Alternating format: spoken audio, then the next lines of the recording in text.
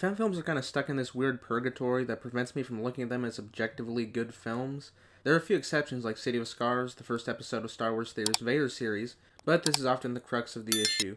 While they may be passion projects made by genuine fans who are all working on this purely because they want to see it get made, they lack the benefits of what might be a less passion-driven studio film like a big budget and professional writers and a crew, but in spite of all this, we decided to include what I've dubbed the Never Hike Duology in our marathon.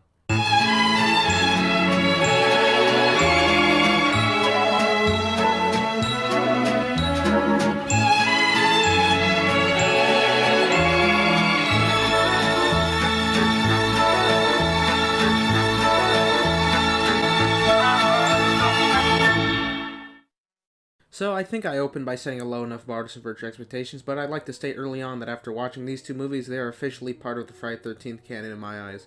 The quality that Vincent DeSantis is able to produce with these movies is really incredible, and it's a great reintroduction of the franchise for modern audiences. So in the interest of covering these movies in chronological order, I'm going to start with the more recently released Never Hike in the Snow, which is actually set 3 months before the other one. I think both movies are great and must-watches for any Friday the 13th fans, or just horror fans in general, but Never Hike in the Snow is a nudge above its predecessor. The script that DeSantis turns out here is short and simple, yet extremely engaging and held our interest the whole way through its short 30 minutes runtime. And that's actually the only real knock I have on this movie, is that it's too short and that when the credits rolled we all just wanted to see more. But I think that the shortened runtime is a key factor in why this movie is so good, because they didn't feel the need to stretch their budget across that much content so the quality never takes a hit. There's a lot of really high quality stuff to be found here, especially in the special effects work. Oh! Okay. Spaghetti. Oh, that's like the kill from the first run. Oh, that's awesome. Jocker. I'm going to go into some slight spoilers, so if you want to skip this and just watch the movies yourself, I would really recommend doing so. In fact, just watch these movies because they're legitimately good. So the big draw of this one that legitimizes it for me and the fan base is the return of Tom Matthews as Tommy Jarvis. If you watch our other reviews, you know that we love Tommy, and specifically his performance as him in Part 6. But he isn't the only returning cast member from that movie. Deputy Rick Cologne also returns here, played by his original actor, and I'm not going to butcher the actor's name, so I'll leave it up on screen.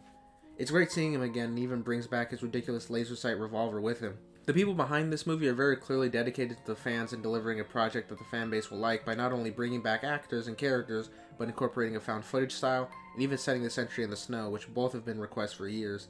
Their take on Jason, which they called Ghost Jason due to his all-white mask, is even a cross between the classic Forest Hunter Jason and the undead zombie version that first appeared in Part 6. The story of this one is simple. Apparently Jason has been missing for years, and there haven't really been any major sightings of him, because when a young hiker goes missing, Tommy immediately goes in to investigate, and quickly realizes that it's Jason.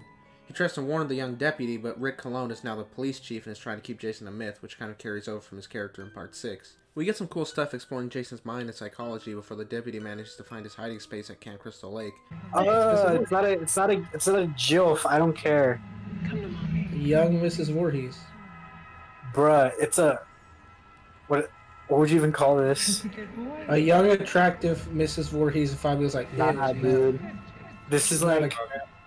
This is whack. It's okay. This is whack. Hashtag bring back the GILF. When he does, we get this real great scene, which quickly made its way to my top 5 in the whole franchise. Touch chainsaw. Imagine how creepy this would be. It's gonna blow one. Oh my god, dude, that head is so well made. Oh my god. Yeah. CG. Shoot. It's a CG. Shoot! That's called murder, Fabio. I don't care. Punisher moment. He's not even a citizen. I'm pretty sure at this point they know who the hell that is. Just shoot him. Oh, but he doesn't No, have that's the point. The guy refused to tell him anything. Yeah, it's a secret. Really? That's creepy. I would just shoot. I don't care. Oh no. I would rather go to prison for shooting a crazy dude in the back of the head than get murdered. For real. That was dope. Yeah. You feel that?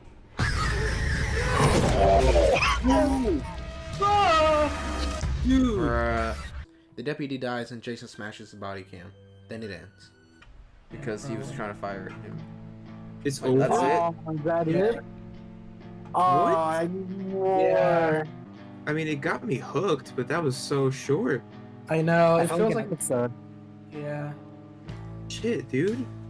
Let's use the time for this. Ben, what would you rate this? Like a 9? Or maybe, yeah, I'd say 9. What about you, Fob? I'm gonna give this a 9. That was fucking awesome. What about you, Brando?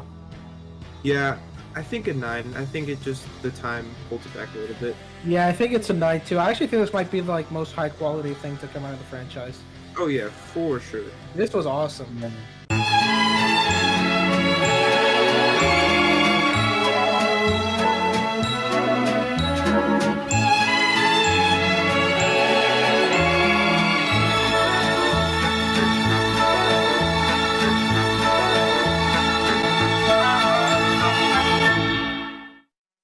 The next entry in this series takes place 3 months later and follows a YouTube travel vlogger who stumbles across Crystal Lake. The runtime of this movie is double, clocking in at about an hour, but even here the script is expertly designed to accommodate for the budget and the longer runtime. And outside of one moment where a scene shifts from day to night, there's no notable shortcomings of the production quality. What you have here is a half-found footage film where portions of the movie are shown from the main character's own camera and gives a classic Blair Witch feel.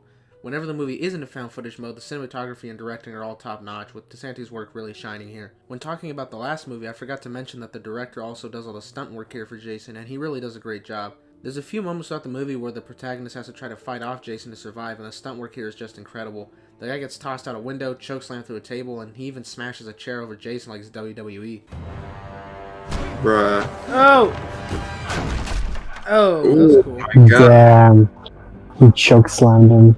The plot in these two is very minimal, but that's not a knock against these movies. They just use a minimal story to tell an effective, tension-driven thriller. If I had to compare this to anything, the first movie that comes to mind is Hush by Mike Flanagan, who also directed Dr. Sleep, The Haunting of series on Netflix, and Gerald's Game, all of which are available on Netflix except for Dr. Sleep. Narrative exposition dumps are hard to work around, but sometimes essential to the story of a movie, but making them feel natural is a difficult task.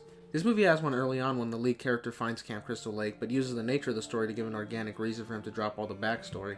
Since he's filming a video for YouTube when he finds the camp, he decides to give an explanation on the legend to his audience, which makes complete sense for his character to do in that moment. The one issue is that it really doesn't feel necessary to include exposition in the movie. I mean, even if you've been living under a rock, you know that Jason is a serial killer, and even if you don't know that, you'll probably figure it out when he tries to kill the protagonist. I mean, sure, you wouldn't know his backstory, but I'd argue that you don't really need to here.